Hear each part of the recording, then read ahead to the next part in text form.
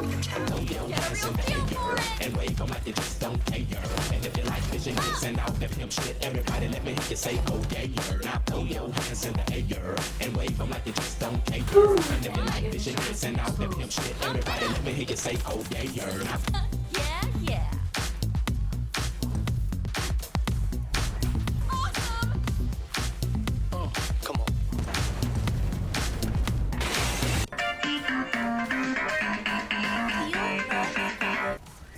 Fuck you.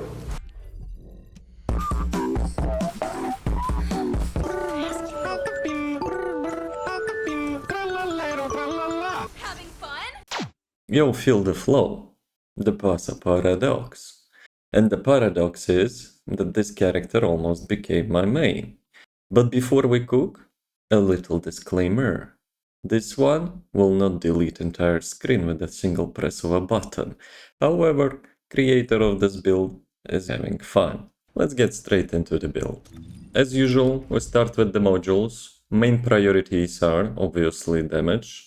However, the most important thing is the range. Because as usual, with the mobbing build, you have to hit as much stuff as possible in the shortest time possible. Couple notes. The Transcendence module on the Luna, which enables her to do a massive DPS instead of being a support character, is the Noise Surge module. You can pick it up in the journal. To get that module, you have to kill Executioner a couple times. It's the first boss in the hard difficulty. Should not be an issue, especially if you queue into the public matchmaking, where you can meet some overpowered heroes. The next thing, maximize skill and maximize power. Those modules give you the max possible DPS, however, it increases your cooldown by 50% each. So basically having two of them doubles your cooldown. If you are playing Luna well, you will not get any cooldown, so that's a free DPS increase. The next important thing is the skill effect range. We maximize that. However, again, as with the Killen video, the maximized range says 250 meters. However, it's not the case, and we can only increase it by 200% up to 18 meters.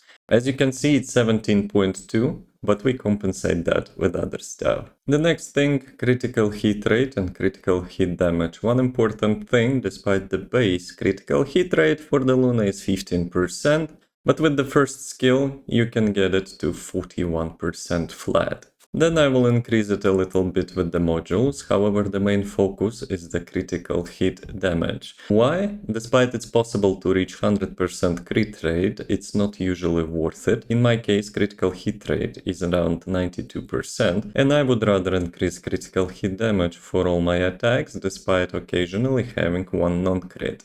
Theoretical DPS decrease by not having 100% critical hit chance is 1-2%. And having possibility to one-shot most enemies, it just feels better.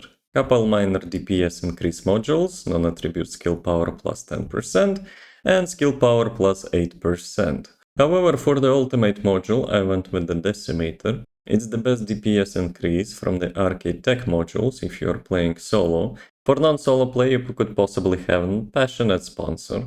However, Noise Surge transforms your skills in such way that you don't buff allies anymore. However, for the bossing, you can swap Decimator with Multi-Talented. Another option if you're learning how to play is to swap for the Veteran's Tactics. It will give you a random cooldown refresh if you mess up your skills. However, from my testing, it kind of works on the non-cooldown skills as well, so chance of you getting the refresh on the one which you need is around 5-6%.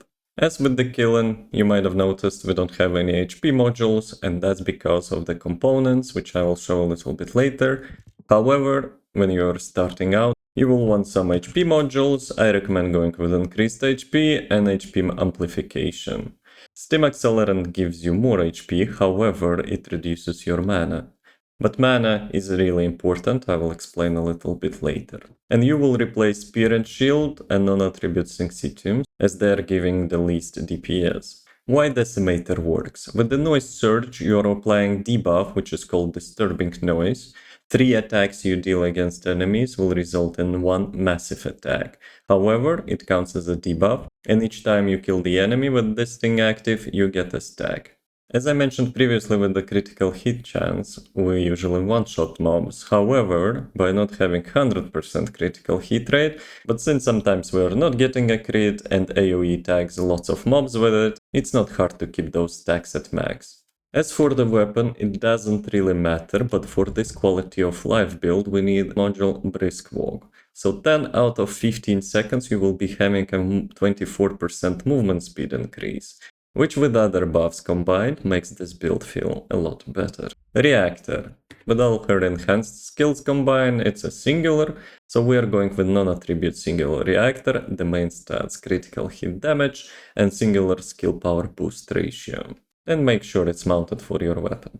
Components. Yes, it's not a non-attribute damage increase set, however, as mentioned before, it's a quality of life build and we're making it to feel better. We already squeezed lots of damage in the modules, and for dailies, disturbing noise after 3 stacks deals lots of damage. When you hit mob 3 times, you will get huge damage increase, 1.8 million compared to the usual 500,000. And that's without all the buffs. And since Luna didn't get any movement speed buffs, having those stacked together feels actually pretty good. For the stats, first one has max HP MP recovery out of combat, for second one max MP recovery in combat. MP is really important because you will be generating enhanced skills and it costs 20 MP per cast, so to cast enhanced skill, you will spend 220 MP. However, on enhanced skill you also generate 50% of MP recovery, but it will not help much if you will have just 200 MP. With that and arcade tuning you have 489 mana, which is more than enough. However, if you are failing nodes, MP recovery in combat, MP recovery out of combat will actually keep you up in either case, and that is not accounting for the mana cubes on the ground. For the third one we are going with defense and shield recovery in the combat, and the last one shield and shield recovery. For the cores it's always HP and defense. In total, we are having 74,000 defense, which is approximately 60% damage reduction. We are having 7,600 HP, before inversion buff, which will give us another 2,000, and 1,500 shield. I can survive with those values even in Void Erosion 10, previously 30. Arcade tuning. Not the maximum DPS, we have more damage than we need for the mobbing. However, we take all what we really care about. First, skill critical hit rate, do not take insight. Second one is critical hit damage, because it's our main damage increase. With that we can reach almost 5 multiplier on the crits. For the mutant cell, I'm going with cohesion, quite easy to keep up, almost 20% skill power, and quality of life, movement speed increase. Again, we are having 1 point to spare. If you feel generous, you can donate it to 𝐏𝐵 or place it here. For the inversion, I'm going with the same notes as I did with Killen. It's the max HP, HP regen, and adrenaline rush. If with Killen it's not that important, for Luna it's actually a clutch. If you're still getting used to how to play Luna, you will probably make some mistakes, or don't have the maxed out MP components, you can take this one instead, which will be regenerating your MP occasionally. Now with all things combined, components, weapon module, arcade tuning, and inversion, we're all pretty damn good. Default sprint speed with the arcade tuning is 853. However, when we engage in combat, we're having 1,100 movement speed, and that without enhanced and kill buff. With enhanced skill you will be around the same speed as Bunny before the update. With the kill bonus you will be reaching the speed cap, which is currently 1,440, because we cannot go past that to 1,600. Since like Bunny, we don't have the flat movement speed increase, and the modifiers can stack only up to 80%. So how it plays? You activate the first skill to replace your weapon with this thing. So the main target is to collect the notes from each song. The max amount you can collect is 13, each giving you a specific buff. From the first song you will get flat critical hit chance before any multipliers, the second one giving you critical hit damage, and the third one skill power modifier. If you're still learning Luna, focus on the first skill because it's the most important and giving you the most DPS. After the rework, keeping all 3 node stacks is not that hard, because we do not longer change rotation of the nodes when we swap the songs. Now each song have the same dot pattern. Disturbing noise doing double damage after 3 hits, so we don't need that much of a damage increase and we go with quality of life instead. In our case, it's a movement speed increase. So let's talk what's good, bad and ugly. The good thing is obviously unique playstyle. If you're tired to chase the meta, min-maxing 3-second kills, this one is for you. After rework, minigame became even nicer. Now you don't need to stress about changed rotation and you can keep all the nodes together. In the latest update, Luna didn't get movement speed increase, but with this quality of life build, by sacrificing a little bit of damage, which we still have more than enough, now we are doing even better. Not so good things? You have to keep your eyes on the crosshair, and if you are used to watching mobs and dodging stuff, it can actually get pretty tricky to get used to. Also, sometimes if there are network issues, the minigame can become tricky, because you need to adjust a little bit the timing you press the buttons for. And the ugly thing? Drone invasions, because you need to pick up the weapon to destroy those tumors, and you cannot do that without deactivating your custom weapon skill. Stinky. The first one, having right mouse button for the movement, and 1, 2, 3 buttons for your songs.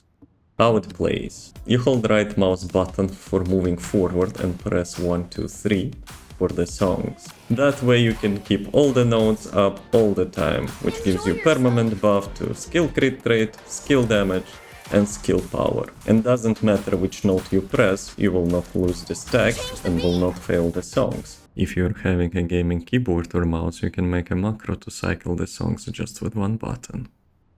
So yeah, this is it for the mobbing build. Feels good, plays good, after rework with additional movement speed increase, very nice. So nice, I almost considered replacing my main.